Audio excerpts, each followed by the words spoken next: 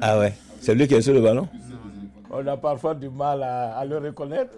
C'est pourquoi je demande à mon fils où il est, je demande à ma femme, est-ce que tu l'as vu? À l'affût de la moindre image, depuis une semaine, la famille Sio vit au rythme de la Coupe du Monde. Un événement bien différent des précédents pour ses habitants de Bellevue. Giovanni, l'un de leurs 4 fils, dispute pour la première fois la compétition avec la sélection de Côte d'Ivoire. Que tu sais que c'est ton sang qui est là. Tu es stressé, mais stress dans le bon sens. Tu trembles, que tu le veuilles ou pas, tu as des secousses.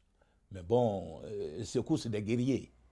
C'est-à-dire secousses de la panthère, de l'éléphant, du lion qui a envie d'attraper tout de suite et puis de manger. Car Giovanni a faim. Formé au FC Nantes, cet ancien international français dans les catégories de jeunes choisit de s'exiler très rapidement à l'étranger. L'Espagne, l'Allemagne, c'est finalement à Sochaux la saison passée, puis à Bâle, en Suisse, où il est devenu champion en mai dernier, qu'il est enfin reconnu à sa juste valeur. Et avant de partir pour le Brésil, il est venu à Nantes recueillir les derniers conseils familiaux. J'ai dit, mon fils, tu vas là-bas, il faut bien jouer, il faut te donner, il faut mouiller le maillot. Tout ce que tu peux faire, tu le fais. Quand on voit son petit frère comme ça, surtout en Coupe du Monde, c'est pour moi, personnellement, avoir vécu ces galères avec lui, dans certains championnats, mais c'est une immense joie. Et si la France vient à affronter la Côte d'Ivoire? Alors là, ça va être dur. Hein.